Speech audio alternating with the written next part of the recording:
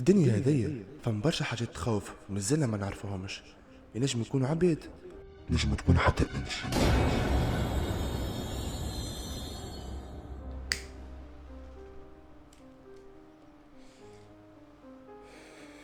السلام عليكم الناس الكل. اليوم باش نحكي لكم 3 قصص متعلقين بالتايم لوب، وزوز منهم صحاح وواحده غلطه، وانتم طلعوا في الكومنتات وانا في الفيديو جاي تنقول لكم انهي الغلطه اللي فيهم والا بالك نهبطها ستوري. يا سيدي القصه الاولى المراه اللي عاشت حلقه زمنيه. هيا يا سيدي شد عندك. المراه في عام 1989 مراه قامت نهار من نهارات مقتنعه اللي هي تعيش في نفس النهار ورا بعض. كانت بالعمل تحكي لراجلها شي يمشي يصير في النهار هذاك قبل ما يصير، كيما مثلا جارهم باش ينقز عليهم على 11 قد ويسالهم على اصحابه اللي نساها في دارهم، وافكتيفمون صارت جاهم على 11 قد وسالهم على اصحابه نتاعو، وقعدت تمشي في نهار كامل وقالت له انت ماكش راجل واللي بيك واللي عليك حاسلو تسخايب واحد اخر جمله. كيما لقاه بها وين راجلها هزها للطبيب، والطبيب لخصها بحاله اسمها كاب جراس ديلوجن. في الحاله هذه يبدا المريض الصخايب اللي المقربين اللي هو استبدلوا بتوأم شرير. الحاجه اللي تخوف اللي يجيو يلقاو عندها ورقه مكتوب فيها اذا غدوه قال لي نفس الجمله باش نقتلوا. هذه يا سيدي كانت القصه الاولى. نتعدوا للثانيه. القصه هذه بعنوان الطفل اللي شاف حاجه ما شافها حد. هاي سيدي الطفل هذا عمره 6 سنين من ولايه اوهايو في عام 2011. ذي بريس كيما برشا صغار كان يلعب مع اشخاص غير مرئيين. بوه قال خلينا نقطع الشك